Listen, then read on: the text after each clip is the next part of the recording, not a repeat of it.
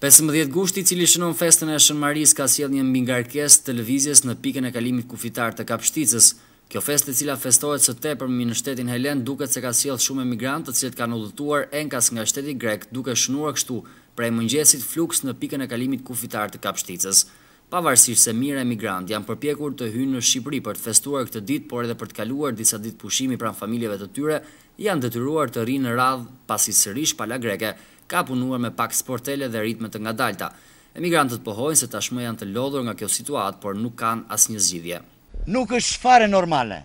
Përse më ke dhënë pasaportën? Jam në shteta shqiptar. Kur jam shqiptar, jam tokë shqiptare. Tash të presun 3 orë. Unë kam ardhur për pushime. Unë ta di që ishte kjo gjendje, nuk isha ardhur në Shqipëri të prishja këto 5 lekë, po i prishja në Greqi. Me këtë gjendje që parë sot, më zuri llaktaria. Unë do kthehem prapë në punë sot.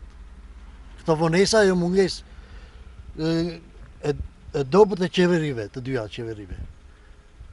Të gjenë në mënyrë më të mirë me të dy palët që të shërbën njerëzve. Jo lutemi shumë.